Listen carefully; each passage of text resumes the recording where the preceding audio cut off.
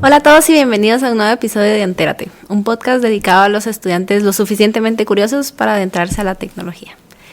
Hoy nuevamente les estaré acompañando yo, Francis Aguilar, como su host, y me acompaña Eric. Hola, ¿cómo les va?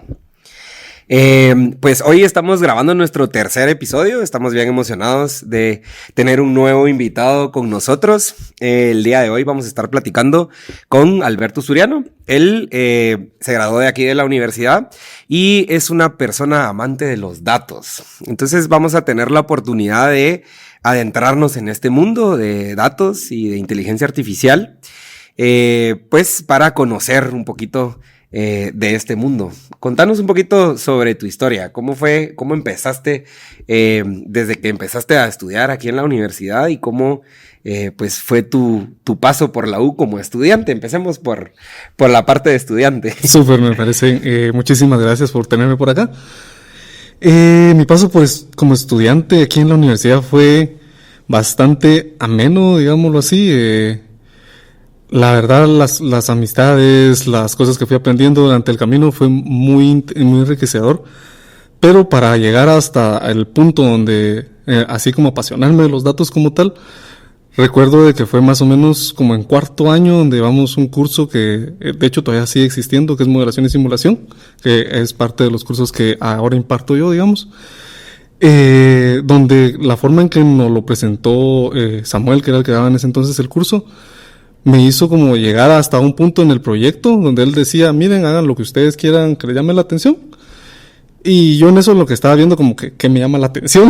Entonces yo como que, bueno, busquemos qué puedo hacer desde este curso y todo lo demás. Llegué hasta una parte que decía Machine Learning y yo como que, ¿qué es eso, verdad? Uh-huh.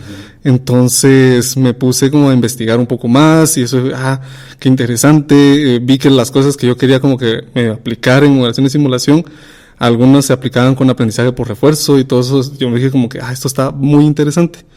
Luego también en la parte de inteligencia artificial, en el curso de inteligencia artificial, reforzó todavía más eso, porque entonces ya empezamos como que a ver esos mismos temas que yo había leído nada más. Y cuando yo que me gradué de acá, dije, bueno, yo quiero trabajar en algo que tenga que ver con datos. Algo con datos, eso es lo que quiero. Más el querer y lo que sea factible no siempre van al mismo lado, ¿verdad? Entonces empecé trabajando como desarrollador web. En esa parte donde estuve como desarrollador web, recuerdo de que me tocó trabajar un poco con la parte de base de datos y demás. Y yo decía, de aquí se pueden sacar cosas bien chileras. Pero no era parte de mi rol, no era tampoco como que donde estuviera trabajando le estuvieran dando ese enfoque. Entonces recuerdo de que cabal como más o menos al año que yo estaba trabajando como desarrollador web, dije, voy a empezar a probar por dónde puedo ir por el área de datos, ¿verdad? Y cabal, como comentábamos hace un ratito fuera de cámaras, el no ese ya lo tenés por seguro, o sea, ese sí, no importa dónde apliques, el no ya viene de entradita. Yo empecé a aplicar a varios lados donde miraba que tenían algún puesto que tenga que ver con datos o cosas así. Y la mayoría me dijeron no, o sea, a pesar de que tenés como que el conocimiento teórico, te falta la parte de experiencia, no como quien te quiera dar esa oportunidad. En ese entonces yo lo encontré bastante difícil, hasta que cabal una amistad de aquí de la universidad me comentó de que en la empresa donde trabajaba su primo, andaban buscando cabal a alguien para datos. Entonces yo dije, ¿qué es lo que me van a decir? Que no, lo mejor es que sí. Lo que ya está fijo está bien, ¿no? Exactamente. Entonces, me recuerdo que afiné mi CV como pude y lo mandé. Hice todo el proceso y al final, pues, el que en ese entonces fue mi jefe me dijo, mira, venite, empecemos a ver todo esto. Y yo me sentí bastante complacido en ese punto porque, como les decía al inicio, muchos te van a decir que no por la experiencia, pero más de alguien siempre va a ver que va a haber mucho más allá de esa parte de experiencia y te va a decir, entrale. Lo peor que va a pasar es de que lo que implementes no lo vamos a terminar usando en producción. Lo mejor es que sí, y va a ser algo que va a ayudar un montón a la empresa. Y vas a ganar experiencia, que al final de cuentas es lo que te están pidiendo del otro lado. Del otro lado, exactamente. Buenísimo. Sí, y en esa parte de transición, ¿cómo fue el proceso? Porque yo he escuchado muchas veces que un profesional, o sea, en este campo que es tan amplio, ¿verdad? Si yo empiezo, por ejemplo, en datos y al final no me gustó, es difícil cambiarse. Yo, eso es lo que he escuchado, no sé cuál es tu perspectiva ahorita que me llamó mucho la atención eso que dijiste que habías empezado en otro ámbito diferente. Por supuesto, es un poco complicado porque al final es encontrar a esa persona que mire más allá de tu experiencia, digamos, que vea como más tu potencial. Lógicamente en ese punto yo no tenía nada de experiencia, pero sí había leído un montón, había como que visto cursos por mi cuenta. En ese entonces no sabía que podía hacer un portafolio, digamos, que me hubiera servido un montón, como para poder reforzar esa parte o esa falta de experiencia. El cambio sí puede ser un poco difícil a mi parecer, mas no es imposible. Yo a mis estudiantes les digo que ahorita están en buena edad de decir, ahorita quiero sacar la especialización en X o Y cosa, y si después en el camino se dan cuenta de que no era lo que les gustaba, todavía tienen mucho chance, pueden sacar una maestría, pueden sacar algún posgrado, para después como que irse por ese otro lado que a ellos les parece. Entonces, ¿puede ser un poco complicado? Sí. ¿Imposible? Tampoco considero que sea. Qué interesante. Yo quisiera seguir en esa línea de pensamiento. Platicaste un poquito de posgrados o de maestrías, y yo sé que pues vos tenés 2 maestrías. Entonces, contanos un poquito de eso, y me da curiosidad que una de esas 2 maestrías no es técnica, es como administrativa, digamos. Y cómo eso ha ampliado tu horizonte como profesional. Por supuesto. A ver, esa es una muy buena pregunta. Yo cuando decidí sacar una maestría, yo en ese momento dije, yo quiero 2 maestrías. Ese es el número mágico. Ajá, así dije, 2. Yo quiero una que sea técnica, del área en que a mí me gusta, y una que sea más administrativa. Porque si la técnica no pega, con la administrativa en algún lado me pudiera meter. Esa era mi línea de pensamiento. Ese es un consejo para su mañana, jóvenes. Entonces yo dije, en algún lado me voy a meter con esa. Entonces recuerdo que con la primera empresa donde estaba trabajando estos temas de datos y demás, que fue una empresa donde estuve como 4 años, si mal no recuerdo. Cabal, alguien me había comentado, mira, existe este programa de la Universidad Católica de Chile aquí en Guate, con este programa ejecutivo, y el único que miraba yo como pero, digamos, era esa parte de que eran como faltar al trabajo 2 días al mes, digamos, porque eran 2 días donde tenías que estar full dedicado a estudiar. Y yo me acuerdo que en ese momento me acerqué a mi jefe, que era en ese entonces mi jefe, bueno, que es todo un mentor, la verdad. Y le dije, mira, yo quiero estudiar esto y esto, pero esto con los días y demás. Y él así de lo más tranquilo, lo más fresco me dijo, dale, yo no le miro ningún problema. Incluso a mí me beneficia porque nos subes como esa parte de conocimiento en el equipo. Y me metí a estudiar eso. Fue un giro de 180 para mí, porque esta maestría era un MBA. Y yo todo tímido y así introvertido, ¿verdad? Y la mayoría de gente en ese programa lo miras así platicando, casi que ni 5 minutos habían pasado, ya estaban platicando, y yo así en mi esquinita, así todo retraído, ¿verdad? Entonces, pero fue como el salir de esa zona de confort, digamos, para poder empezar como a interactuar un poco más con la gente y demás.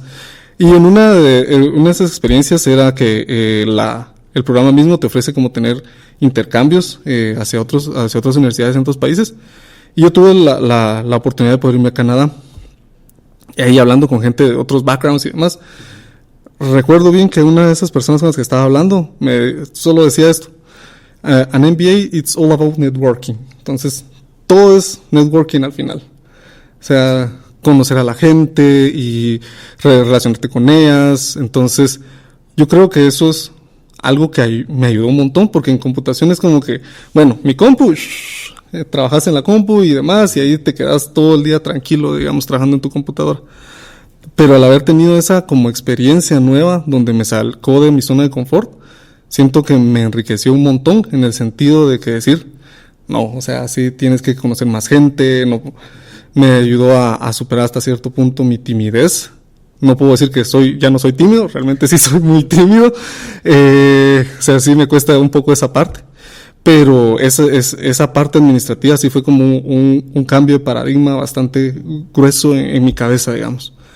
Ahora bien, la segunda, que fue una maestría técnica, ya fue en ciencia de datos, tuve la oportunidad de tener una beca e irme a estudiar a Reino Unido, específicamente a Escocia, donde fue otro cambio así total, digamos, pero aprendí un mundo y siento de que tener esas dos herramientas o esas dos maestrías, digamos, me ha servido un montón, más para la parte de ciencia de datos, donde es un campo que considero que es multidisciplinario, digamos, en la parte donde tienes que interactuar con más gente, no solamente es con la misma gente técnica, sino que muchas veces es también interactuar con las personas que son del área de negocios o área comercial, como se les suele conocer.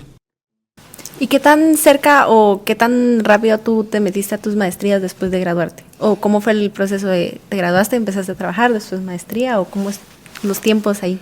Esa es una muy buena pregunta. A ver, yo salí de estudiar, empecé a trabajar ya estaba trabajando como desarrollador web. ¿Trabajabas mientras estudiabas? Mientras estudiaba en el último semestre. Después seguí trabajando un poco más de tiempo así. En ese tiempo empecé a ahorrar, digamos. Después me cambié de trabajo. Pasé como un año más o menos ahorrando para poder pagar la parte del MBA. Tuve un descuento por la empresa donde trabajaba. Y con mis ahorros, pues ahí fui apretando un poco el cinturón, digamos, para poder costear esa parte. Entonces fueron como un año, digamos, entre que me gradué, un año y medio más o menos entre que me gradué y estudié el primer MBA. Después... 2 años, ¿verdad? El MBA. 18 meses, sí, año y medio. Después de terminar el MBA, seguí solamente trabajando, pero ya más o menos como a los 7, 8 meses, así que no me pude quedar quieto. Dije, ahorita, de una vez, incluso aprovecho de una vez, así que tengo la espinita ahí metida, digamos. Y ya empecé a meter papelería para las becas y demás. Entonces, en lo que salía la parte de beca, en lo que salía la parte de aceptación para las universidades, se me fue como otro año más o menos entre una cosa y la otra. Entonces fue como un promedio de año y medio entre cada una de las cosas. Qué interesante.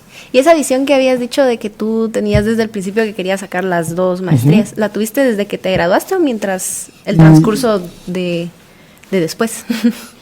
De hecho, lo tuve mientras estaba estudiando, digamos. Yo sabía que quería esas 2 cosas. Esto más que todo venía porque en ese entonces el doctor Prieto nos daba una clase aquí y yo dije, pues chica, él tiene algo en economía y aparte tiene esta otra cosa también de compu, algo así quiero yo también, dije yo, me suena muy factible. Entonces cada los mismos catedráticos de la universidad fueron como que de alguna forma u otra me dieron esa espinita de tener esas 2. ¿Cuáles se iban a hacer? No sabía, en ese momento no sabía si iba a ser, qué tipo iba a ser, solo sabía que era una técnica y una más administrativa. Yo creo que ese es un buen complemento para tener realmente. Yo siempre pienso que nuestra carrera de computación es apoyo y somos facilitadores de tecnología.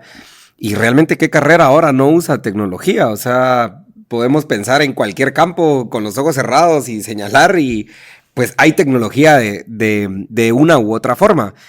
Entonces me parece bien acertado poder combinar la parte administrativa, la parte económica, de finanzas, por ejemplo, todo, cualquier maestría que no es técnica, llamémoslo de esa forma, y poder aportar nosotros la parte técnica. Uh-huh. Y hay algo que me da curiosidad, y yo sé que a las personas que nos están viendo también, y Francis no me dejará mentir, o sea, los estudiantes también sueñan con salir de Guatemala e ir a capacitarse al extranjero. Es bien sabido que nuestros estudiantes de la Universidad del Valle salen altamente preparados para irse a estudiar al extranjero y que realmente pues es una transición, digámoslo así, más fácil porque ya tienen ciertas... su educación se ha construido sobre ciertos pilares o sobre ciertas, digámoslo así, tendencias del mercado que nos facilitan ir a otros países, a otras culturas, a terminar nuestra formación. Y específicamente yo sé que a la gente que nos está viendo, a los estudiantes que nos están viendo y que sueñan con salir, les va a interesar mucho cómo lograste pues la beca, cómo es el proceso, ¿Hay alguna página que ellos se puedan meter para revisar qué becas hay disponibles?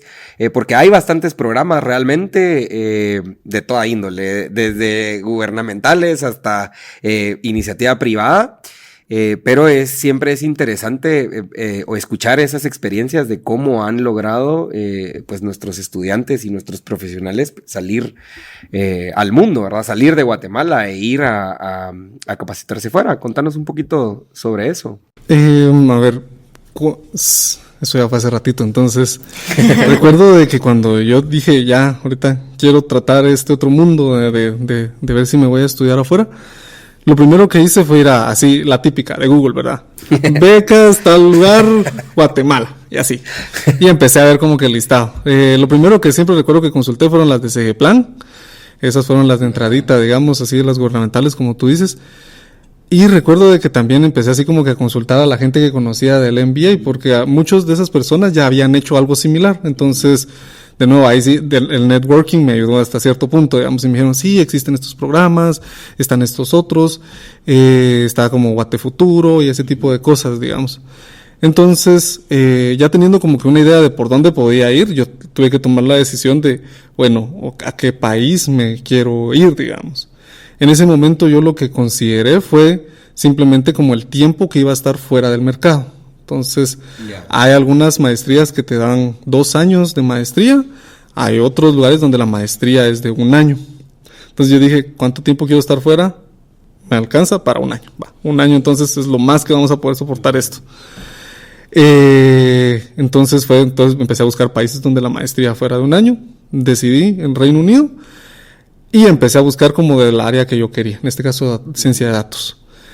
Y lógicamente en cada una de las universidades que yo iba consultando también iba viendo como que las mismas becas que las universidades ofrecen. Entonces ahí mismo fui como que viendo cuáles eran las becas que ellos daban y todo lo demás. Recuerdo que apliqué un montón de universidades. De nuevo, el no está dado, ese sí está de entradita. Lo mejor que me van a decir es sí, lo peor es que no. Entonces me acuerdo que apliqué a varios lados. Me aceptaron como en el 55%, 50% de las universidades que apliqué, otras me dijeron que sí, que no y demás. Entonces, de las que sí me aceptaron, mientras yo también iba viendo como que si podía obtener beca por ese lado de la universidad, también iba viendo como que algún plan de este lado que me pudiera apoyar, ya sea un tipo de préstamo, porque también los mismos bancos te ofrecen a veces un préstamo para que tú te puedas ir a estudiar. Entonces como que tenía ahí balanceando las dos cosas, dije una parte que logre con beca de la universidad, la otra parte meto préstamo aunque sabe ni cuánto tiempo me va a dar pagarlo y demás. Entonces fue como que ir balanceando ese tipo de cosas. Recuerdo de que sí fue como un proceso bastante cansado, porque o sea, sí fue cansado estar viendo como que becas aquí, préstamo por acá, o algún tipo de institución que me pudiera ayudar de este lado de Guatemala. Entonces cabal me recuerdo de que me aceptaron en de esas, las universidades que me aceptaron, 2 me ofrecieron beca. Elegí a la universidad que me fui por el porcentaje de beca que me daban básicamente. Y eso con lo que había logrado de beca crédito de este lado en Guatemala, con Guate Futuro, entonces fue como que, bueno, ahí me voy a ir. O sea, esta va a ser la forma, digamos. Pero cómo llegué hasta ahí fue simplemente a través de un Google Search y preguntar a gente que ya lo había hecho antes, digamos. Entonces networking. Ahí, exactamente, el networking, ahí otra vez conocer a personas en algo te ayuda un montón en ese tipo de cosas. Y algo que mencionábamos en el episodio pasado con Ludwig, que veo que tú también lo mencionas, es que yo siento que hay un como paradigma o pues como una mal percepción del estudiante de computación, de que va lo que tú decías, mi compu y no más. O sea, yo me quedo en mi casa, yo solito puedo. ¿Qué consejo le darías a esas personas que todavía están encerrados en esa idea? ¿Y qué tan importante, ya que tú lo experimentaste, ¿verdad? ¿Qué tan importante crees o se les mencionarías que es cambiar y salirse un poco de ese círculo de... A ver, algo que sí considero es que cada persona es un mundo, digamos. Hay algunas personas que se sienten súper cómodas trabajando así y está súper bien, digamos. Todos tienen como que algún espacio en la industria de ciencias de la computación porque... A ver, en compu puedes especializarte en un montón de cosas. Van a haber trabajos que justamente te van a permitir hacer eso, estar en tu compu, trabajando solito y todo tranquilo. Pero a nivel de experiencia personal, sí creo de que es necesario conocer a gente, digamos.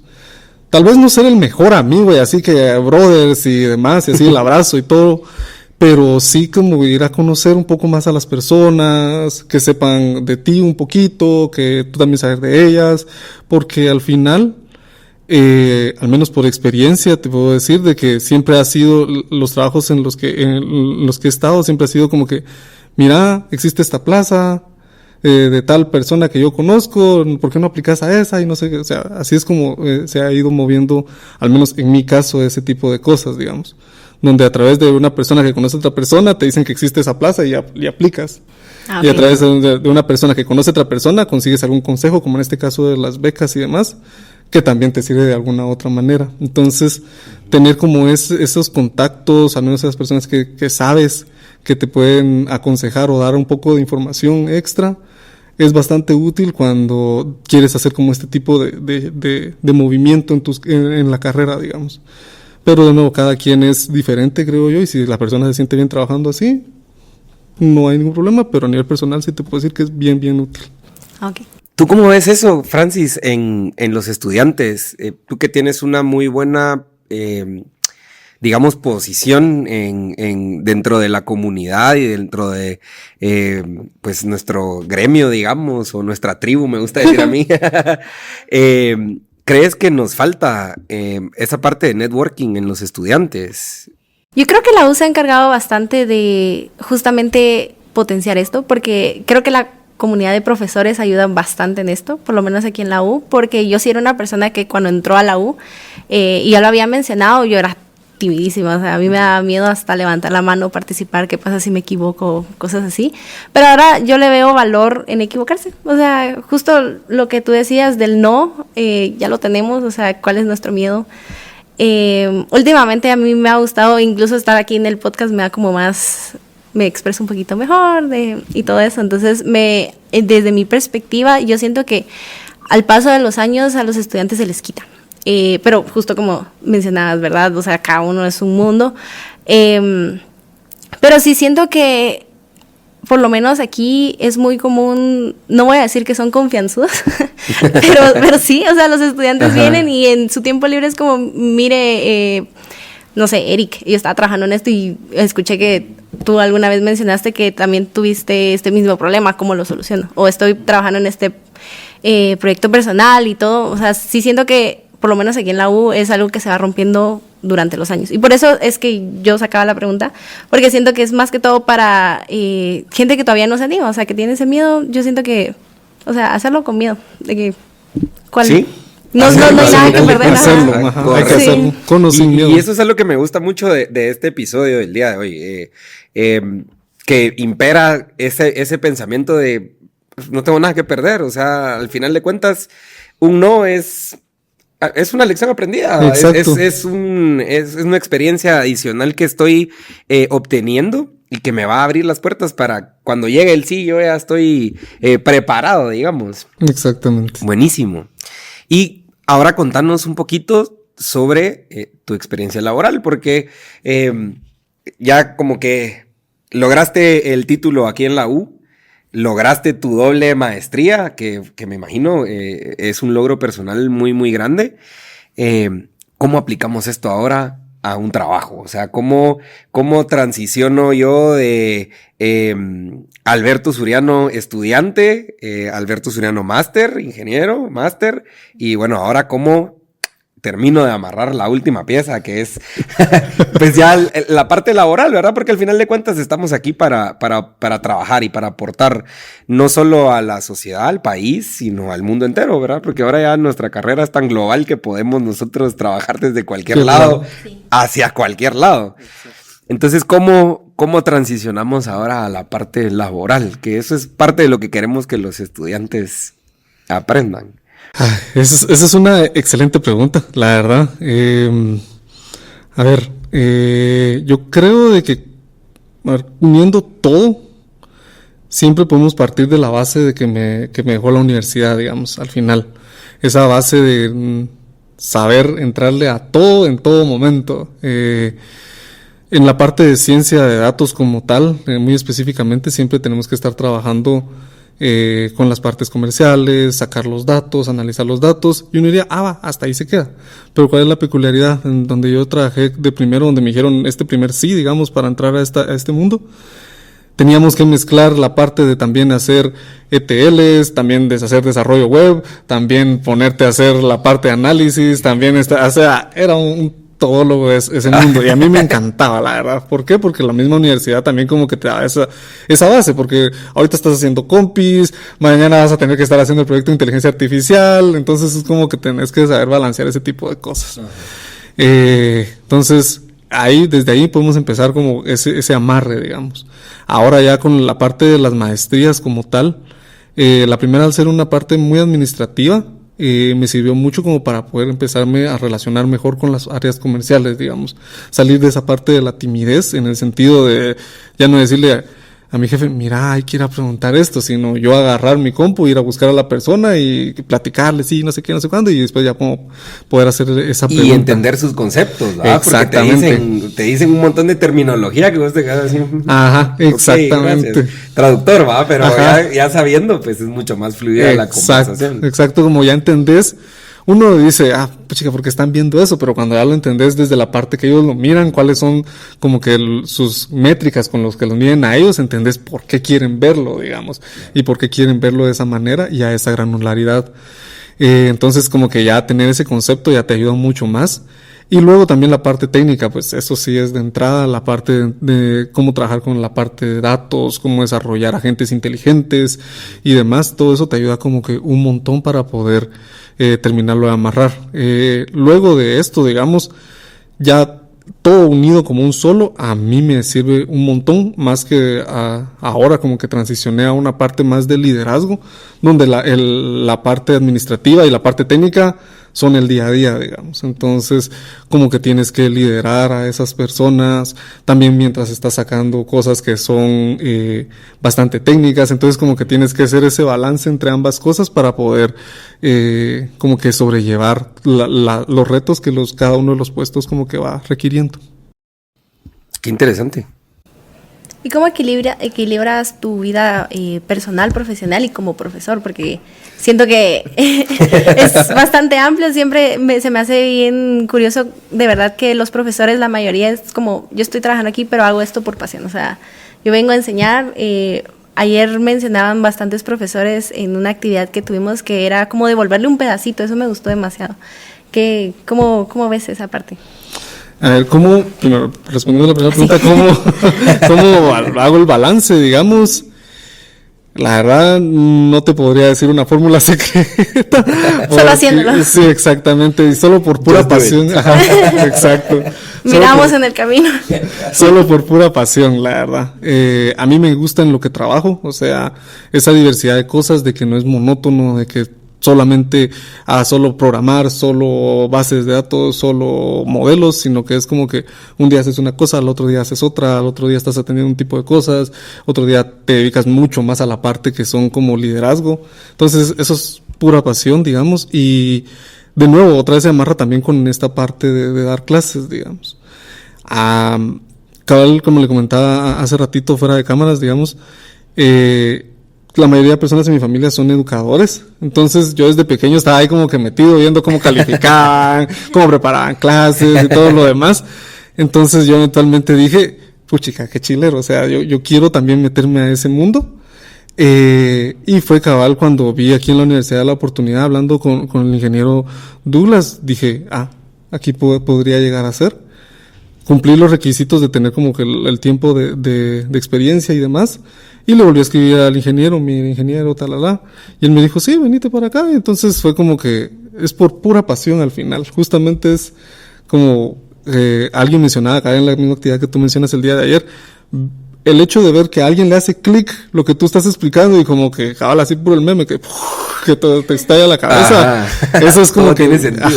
Entonces es como que bien gratificante, como para uno como catedrático, el ver que lo que estás tratando de transmitir les llega, ¿verdad? Cuando ya hacen proyectos súper interesantes y demás, y como a mí siempre me sorprende un montón, para los proyectos finales, como yo sí los dejo libres, cómo terminan amarrando cosas que les gustan con lo que estamos viendo, con lo que vimos en el curso. He visto proyectos de inteligencia artificial que te generan música, otros que generan imágenes, entonces, demás. O sea, hay un montón de cosas que para gente que le gusta pintar, para gente que le gusta componer música, entonces vas viendo cómo todo eso se va entrelazando. Y de nuevo, es pura pasión de poder devolver algo a algo y contribuir a esa formación de profesionales para como decían, no solamente nacionales, sino que también seguramente van a contribuir hacia afuera. Y siguiendo bajo esa misma línea de los proyectos, no necesariamente de las clases que dan, tal vez de tu trayectoria, ¿cuál ha sido el proyecto más interesante que has presenciado? No sea, ya sea haciéndolo tú, desarrollándolo tú, alguien más, algún estudiante.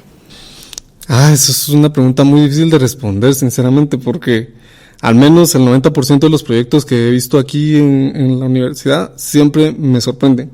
Me dicen, voy a hacer X, Y cosa, y le terminan agregando A, B, C, así hasta la Z otra vez, digamos. Entonces eso siempre me termina sorprendiendo. Realmente de ahí es muy, muy difícil elegir uno como tal, porque de nuevo, creo que los estudiantes siempre me terminan sorprendiendo de alguna u otra manera. A nivel personal, uno de los que a mí siempre me gustó mucho hacer fue justo en la clase de inteligencia artificial cuando yo era estudiante, hace años, que tenía, en ese entonces, como se evaluaba la clase al final, era que había como un torneo de Otelo, que es este jueguito de mesa, digamos. Ajá. Entonces, Samuel en aquel entonces hizo algo para que poder conectar, no solo a través de mandar hacia un API un request, y él iba haciendo como que el torneo y todo lo demás. Entonces la gente se conectaba solo. Ese proyecto a mí me fascinó porque empezó a mezclar la parte de programación, la parte de research, leer papers y demás. Yo quedé encantado con ese proyecto que a nivel de reto intelectual que representó, digamos. Entonces, en proyectos como tal, de nuevo, de estudiantes, es muy difícil elegir uno porque de nuevo siento que cada año se van superando entre grupos, digamos. Este año probablemente, ahorita que vamos a terminar el semestre, voy a ver proyectos súper interesantes. Estoy seguro que el otro año voy a ver todavía unos mucho más interesantes y así va a ser iterativamente esto, porque de nuevo a mí me sigue sorprendiendo excesivamente la creatividad de cómo cada vez los estudiantes van mezclando lo que les gusta con los temas de las clases. Y haciendo como que bien integral los proyectos. Uh-huh. Yo comparto el mismo sentimiento, o sea, no hay mejor sentimiento en la clase que ver a los estudiantes y dicen, entonces aquí puedo usar esto, y ahí ya se fueron. Es como darles cuerda, siento yo, solo le estás dando cuerda y a ellos los dejas ir y llegan lejísimos, es súper gratificante. Es un buen sentimiento. Sí, exacto, totalmente de acuerdo contigo, exacto. Sí, y ahora contanos un poco, porque exactamente qué haces en tu trabajo, o sea, en qué aportás en la empresa donde trabajas. Actualmente lo que tengo ahorita es una posición de liderazgo intermedio, digámoslo así, o sea, tengo a mi cargo a un grupo de científicos de datos, pero también le reporto al gerente del área, digamos, entonces estoy como que literalmente en medio de esos dos mundos. Lo que hacemos es básicamente el desarrollo de modelos predictivos para poder favorecer a diferentes iniciativas de la empresa, además de también estar potenciando ciertas iniciativas que se tienen dentro de la misma, muy relacionadas hacia datos, muy relacionadas hacia conocer ciertos aspectos de las aristas o de las personas que componen la clientela de la misma empresa. Entonces, es bien interesante porque, como les decía cabal, a veces es muy administrativo en el sentido de estar viendo cómo van con ciertos proyectos, cómo se les puede apoyar al equipo y demás, y otras veces pues me toca que también a mí terminar codeando o desarrollando alguno que otro análisis. Qué bonito, ¿eh? Exacto. Entonces es como que bien así, nunca estoy haciendo lo mismo, digamos. Probablemente hay días en que siento que no avanzo con las partes técnicas que tengo, pero es porque avancé en las partes que son más administrativas.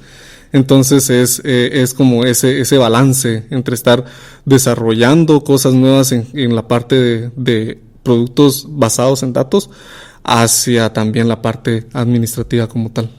¿Y qué desafíos has encontrado en ese ámbito? Bastantes. Primero que nada, de nuevo, otra vez ponerme a mí a prueba por la parte de la timidez. O sea, como les decía al inicio, no es que yo haya dejado de ser tímido, sino que simplemente lo regulo un poco mejor, ¿sí? Entonces, es como esa parte de entrar, ya no ser yo el que decirle a mi jefe como, mira, hay que hacer esto, sino que era, yo tengo que ir a buscar que se haga ciertas cosas, ¿verdad?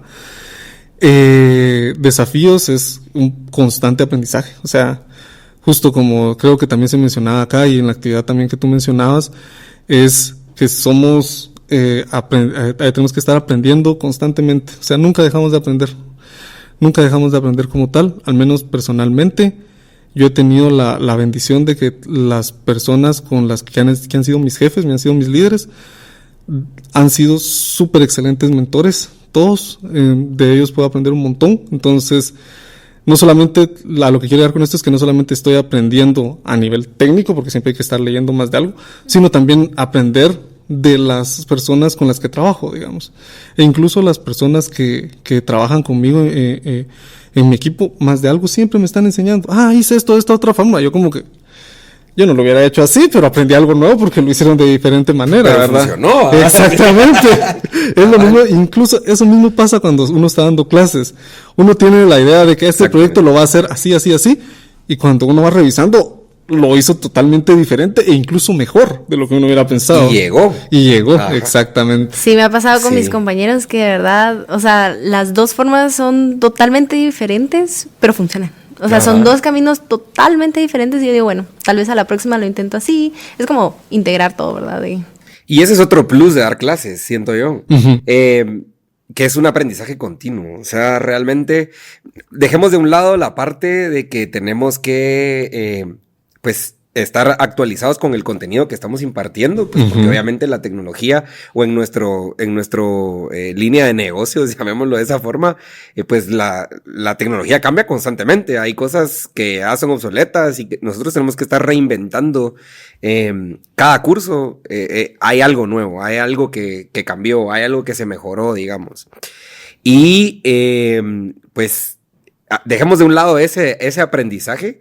El aprendizaje de los estudiantes es impresionante, ver el crecimiento, ver la forma en que abordan los problemas, cómo miran los problemas, cómo miran las soluciones, cosas que para uno tal vez es un problema, para ellos no es un problema y logran llegar a darle la vuelta por completo a lo que están viendo y construyen sobre eso. O sea, eso es impresionante para mí. Y la parte de construcciones creo que es muy importante porque muchas veces también, al menos lo que me pasó este semestre es de que en el curso de aprendizaje por refuerzo estábamos viendo cierto tema y demás, yo se los impartí así como que lo que teníamos que ver.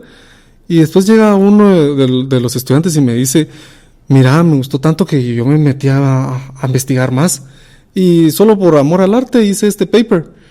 Y yo como que me dice, revísamelo, porfa. Yo como que, vale, lo reviso, le di cierto feedback ahí. Y me dice, yo voy a probar que lo publiquemos en Archive, en esta página de papers libre. Yo le dije de nuevo, el no.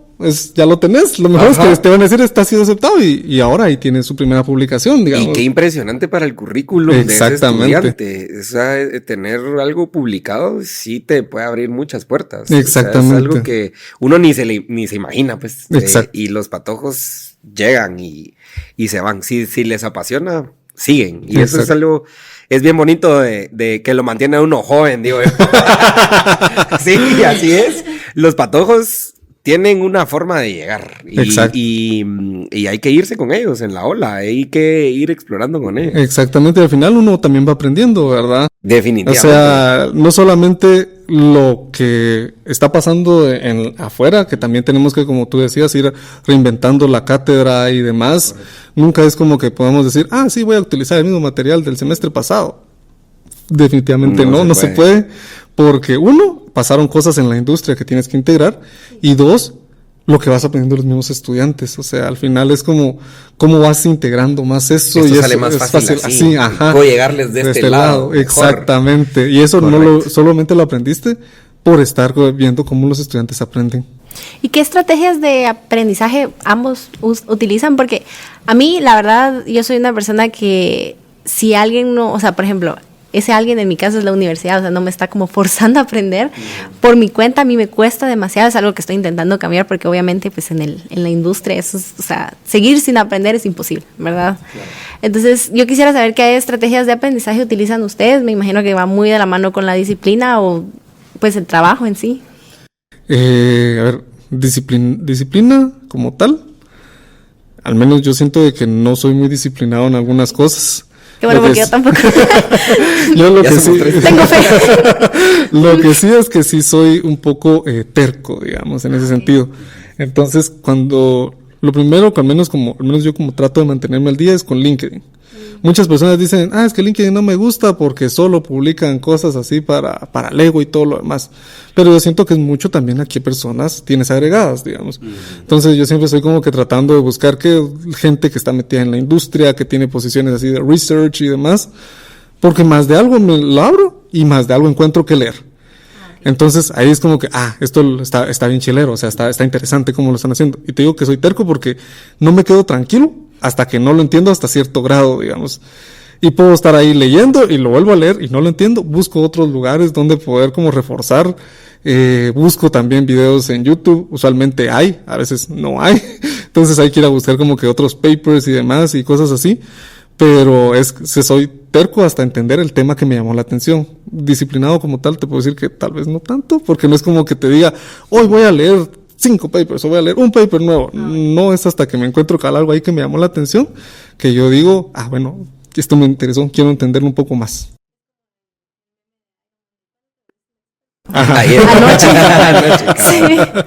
Exacto. Sí, eso es como yo siento que eso es algo que tenemos en común los de compu, la curiosidad. Y eso es algo que yo en mis clases trato de que los estudiantes sigan alimentando esa curiosidad, porque la curiosidad hay que darle de comer. Uh-huh. Si yo no le doy de comer a la curiosidad, se muere. Entonces, yo en lo personal, igual, empiezo a investigar algo, me llegan correos, estoy suscrito en newsletters, estoy siguiendo cuentas en Twitter, estoy viendo lo que está haciendo la industria o el mundo. Estoy suscrito a Entérate. Estamos viendo el podcast de Entérate para conocer tecnologías y la industria. Y hasta que no hago mi proof of concept, a mí me encanta programar. Yo amo programar. Desde que empecé hasta el día de hoy, no he dejado de programar un solo día. Hasta de vacaciones medio que me pongo a hacer algo ahí para no perder la costumbre. Pero siempre hago mi proof of concept. Este framework está bueno, está interesante, está teniendo mucho momentum en la industria. Hagamos una pequeña aplicación de eso, un Hello World, algo que esto se puede hacer así. Y ya ahí estoy dándole yo de comer a esa curiosidad que poco a poco me va pidiendo más y me va pidiendo más hasta que uno llega a comprender los temas. Lo que es difícil es saber cuándo parar. Exacto. Porque yo me pico y me voy. Y a veces digo yo, bueno, esto ya se está poniendo muy específico. Yo lo que quisiera hacer algo más superficial. Y eso es lo que me cuesta a mí. Tal vez parar y decir, bueno, ya llegué hasta este punto, ya tengo el concepto, pasemos a lo siguiente. Pero con la práctica y con las demás responsabilidades, pues se va llenando ese vacío, ¿verdad? Buenísimo. Ahora, yo quiero preguntarte algo que yo sé que nos va a servir mucho para los estudiantes. Dijiste algo que me llamó mucho la atención. Tenés gente a cargo, gente que estás encargada de apoyar en sus quehaceres y pues tener un rol de jefe. Pues me imagino que también estás a cargo de contratar a esas personas. Y pues, ¿qué se necesita o cómo es tu proceso de contratación? Y te lo pregunto porque muchas veces las barreras con los estudiantes es ¿qué pongo en mi CV? ¿Cómo doy mi entrevista? ¿Me van a hacer prueba técnica o no me van a hacer? O sea, hay mucha incertidumbre en estos procesos. Uno ya los conoce conforme va aplicando y conforme se van cerrando las puertas, pues uno va agarrando ese know-how y haciendo ese callo, digamos, de decir, me dijeron que no, pero la vida sigue y hay que seguir luchando por sus sueños. Pero ¿cómo podemos llegar o cómo es tu proceso de contratación? ¿Qué tiene que hacer un estudiante que quiere trabajar en la industria en donde vos estás trabajando? Y ¿qué se toma en cuenta? ¿Qué es lo importante, digamos? A ver, cuando estamos haciendo un proceso de contratación como tal, al menos de mi lado, lo primero que yo veo es como esa capacidad de resumir las cosas en el currículum, digamos. He visto currículums que te cuentan una historia, un once upon a time ahí metido, que miras es un gran texto. Y hay otros que están bien desarrollados, que van muy al punto, que es lo que necesitamos muchas veces. Luego también lo que yo veo, así solo viendo el currículum de primero, es cuáles son los proyectos que menciona que se ha metido la persona como tal, qué es lo que ha hecho, cómo también describe su trabajo como tal. O sea, como tú pones desarrollador web y qué hizo, digamos. Entonces esa parte también la miro bastante. Y algo que sí como que trato de ver también es qué tan probable es que eso que haya escrito ahí se lo hizo una inteligencia artificial generativa, ¿verdad? O sea, donde te das cuenta, eventualmente te das cuenta, o sea, estar en la U también te da como que ese tipo de intuición, en el sentido de decir, esto probablemente se lo hizo ChatGPT. Qué bonito cómo complementas tus dos trabajos. Sí. Cómo la U te ayuda con esto y cómo esto te ayuda en la U. Exactamente, eso es bastante cíclico. Entonces, como que también voy viendo esa parte. Y si miro de que tiene como que buen background técnico, tiene como que describe bastante bien su currículum, su perfil y demás, entonces pues ya lo pasamos a una parte de una prueba técnica, donde al menos lo que a mí me llama mucho la atención es con qué entusiasmo presenta lo que hizo, digamos, o qué fue lo que hizo. Muchas veces lo que sucede es de que solo como que le preguntasen a una inteligencia artificial generativa qué es lo que pueden hacer y solo eso prueban. Y no digo que esté mal, pero podemos ir un poquito más allá de eso, digamos. Hay otras personas de que sí te prueban un montón de cosas y te lo presentan así con mucho entusiasmo. Sí, probé esto y esto, pero justo me di cuenta de que esto no funcionaba por esta y otra razón, pero entonces llegué a esta otra solución. Entonces como que eso siento de que también yo al menos lo tomo mucho en cuenta por lo mismo de cómo es el tipo de trabajo que tenemos que realizar en el equipo. Y después justamente ya lo relaciono mucho con lo que nos dicen las pruebas técnicas. O sea, nunca, al menos yo cuando estaba como estudiante decía, ¿para qué me hacen esas pruebas? O sea, qué aburrido. Pero ya estando del otro lado sí lo entiendo porque te da muy buena información de cómo la persona se puede llegar a desempeñar en el equipo. Pueden llegar a haber personas de que te van a decir de que son súper técnicas y que no les gusta trabajar en equipo, y hay roles para eso definitivamente, pero al menos en mi experiencia en la parte de ciencia de datos siempre necesitas como que ir a trabajar con otras personas, ir a trabajar con personas que no tienen el mismo background técnico que uno como científico podría llegar a tener. Entonces esa complementariedad entre ambas cosas es bastante importante.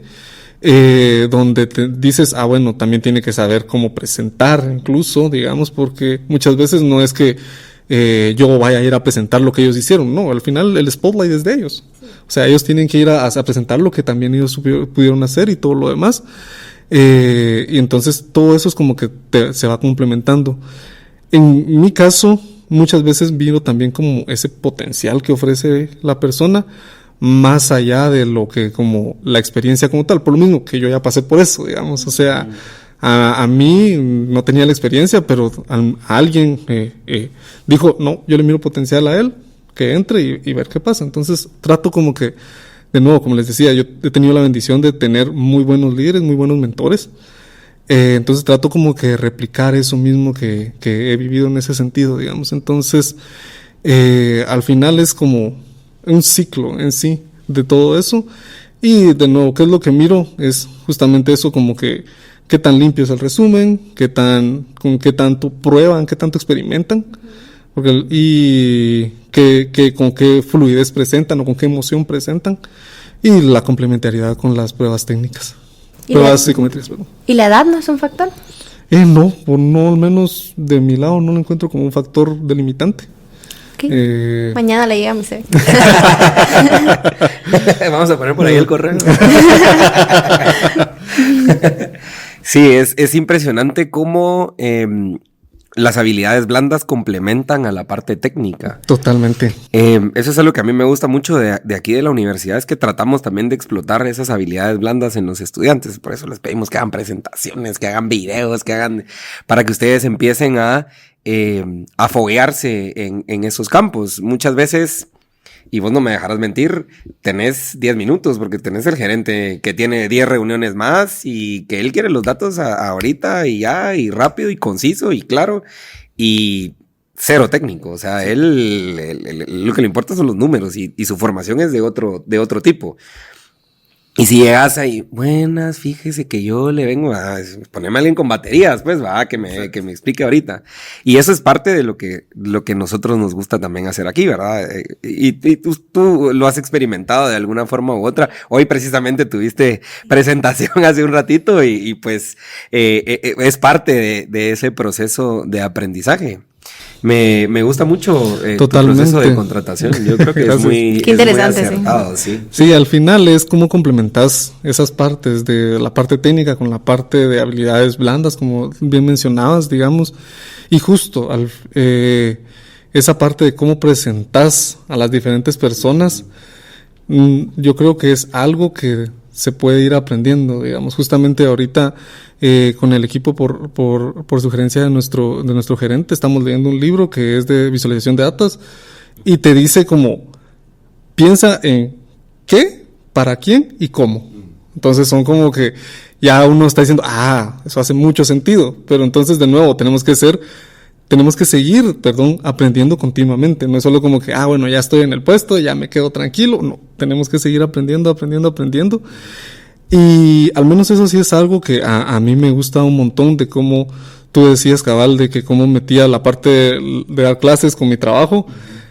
Algo que me ayudó a mí mucho en algún momento es que yo tenía que presentar así ya a gente de ejecutivos como tal. Y yo al inicio todo así, pero como de nuevo, soy tímido. Entonces era como que sudando con las manos, pero de repente fue cuando dije, no, es como que si estuvieras dando clases. Entonces ya lo tomas así y ya les empiezas a explicar las cosas que tenías ahí listas, pero como si lo pienso así, como dar clases, digamos, ayuda un montón en ese sentido. Entonces creo que de nuevo eso también complementa bastante las cosas. Y es justamente lo que trato de como también transmitirles a las personas que están en mi equipo, de no solamente ser técnicos, sino que también complementarlo con esa parte de las habilidades humanas, digamos. Sí, justo. Y algo que aprecio bastante es, cabal, eso como un escape, por ejemplo, ¿verdad? De cuando yo presento algo, a mí me da como... cabal los nervios, las manos sudadas, así. A mí, la verdad, lo que me gusta es esos escapes que uno puede tener. O sea, está bien estar nervioso y todo el mundo lo hace, pero es como lo manejas.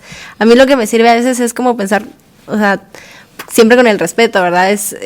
No, el profesor no está aquí, sino que también es una persona, pues, y yo solo estoy hablando, es como platicar normal, solo que pues estoy presentando algo que yo hice, ¿verdad? Exactamente. Entonces, eso me gustó bastante que mencionas. Sí, es que este es nuestro laboratorio, este es el lugar para confundirse, para meter la pata, para darte cuenta de que estás equivocado y cometer todos esos errores. Algo de la actividad que tuvimos ayer, algo que me pareció bien curioso, y que me dejó, me quedé pensando todavía después de la cena, fue que bastantes, si se dieron cuenta, hubieron un par de catedráticos y dijeron, perdón si estoy hablando muy rápido, es que a veces me pongo nervioso. Y otro catedrático le dijo, mira, solo imagínate que estás en clase, y cambia uno el chip así. Exacto. En el momento, entonces eso a mí me pareció altamente curioso, y es cierto, uno tiene... hasta inclusive la voz de profesor y la voz de civil, ¿no? Exacto. Porque en la clase uno tiene, digamos que llevar la clase, llevar la situación, no es fácil. Trabajar con jóvenes en estas edades, a pesar de que ya pues es más fácil que en el colegio, pensaría yo. Nunca he dado clases en colegio, pero me imaginaría. por la madurez, pero no es fácil pararse enfrente de 25 estudiantes y sacar tu compu y ponerte a programar enfrente de esos 25 estudiantes, ¿verdad? Exacto. Con aquella cosita de, ay, no más, y si no me corre, y, o sea, son esas cosas esas situaciones que se van dando, y a mí me parece genial. Yo al principio era muy perfeccionista en ese sentido, no me gustaba que mi código no corriera, y para mí era una derrota, pero después me sirvió mucho humanizarse, o sea, esa parte de, Eric también comete errores, porque no somos perfectos para nada. Para nada. Y no somos los más expertos en lo que hacemos, más tenemos el conocimiento necesario para dar la clase y la pasión, que eso es, para mí es el 50% de la ecuación. Y eso a mí me ha servido mucho para hacer conexiones con los estudiantes. Totalmente. O sea, a Eric no le corrió. Pues así es, mucha, o sea, así es la vida. O sea, muchas veces no te va a correr el programa, muchas veces te va a tocar ir a hacer un demo y no va a salir muy bien. Y la forma en que vos le das vuelta y que decís, y aquí podemos mejorar, y aquí empezamos a nosotros a sobrellevar la situación, eso es un plus bastante grande para profesionales. Y me encanta mucho que hayas mencionado eso. O sea, me gusta mucho que nos humanicen de esa forma. O sea, porque sí, así es y así tiene que ser, ¿verdad? Eso es una muy buena práctica. Sí, sí. Totalmente. Buenísimo. Bueno, te agradecemos muchísimo por tu tiempo, por tus valiosos consejos y tu información. Me gustó mucho la temática de hoy, es el no ya lo tenemos fijo y pues el sí es la ganancia. Exacto. Esa es la mentalidad que estamos esperando en nuestros estudiantes. Un no es el fin del mundo, no es en lo más mínimo una, digamos, reflexión directa de sus capacidades técnicas. Solo es una reflexión de la situación actual, ¿verdad? Así es la vida, o sea... Es correcto. O sea, te van a decir el no, súper, cada quien por su lado y seguimos probando en otros puestos, en otras becas, en otras universidades. Lo importante es seguir tocando puertas. Exactamente. Tener miedo y igual hacerlo. Exactamente. Eso me gusta también muchísimo. Tengo miedo. Igual hay que hacerlo. Vi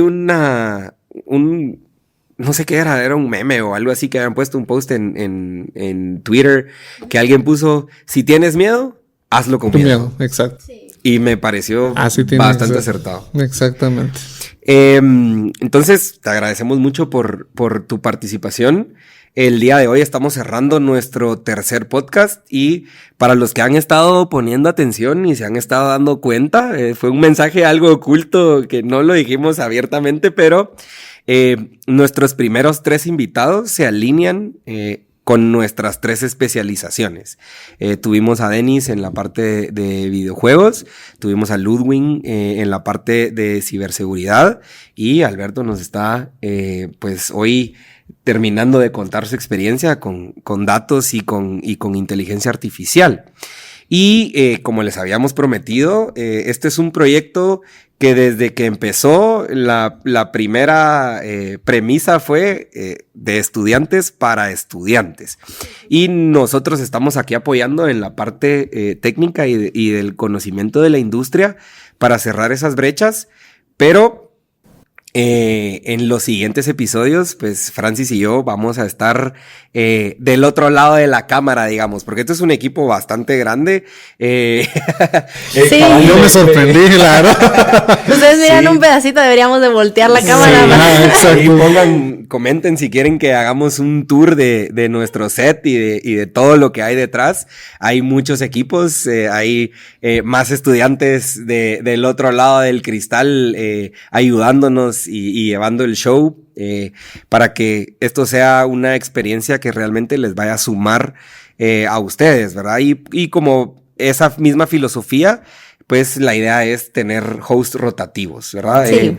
Que más estudiantes vengan a fungir la tarea de hosts, que más catedráticos. Hacemos también la invitación ahí para nuestros compañeros catedráticos y nuestros compañeros estudiantes para que si tienen interés y les llama la atención, pues se acerquen a nosotros y pues empecemos un proceso para ver cómo nos pueden apoyar y Eso no quiere decir que vamos a parar, seguimos con más fuerza todavía, tenemos muchas ideas que queremos desarrollar y pensamos que esto es un muy buen proyecto para seguir invirtiéndole nuestro tiempo y traer a invitados de la calidad que hemos estado trayendo.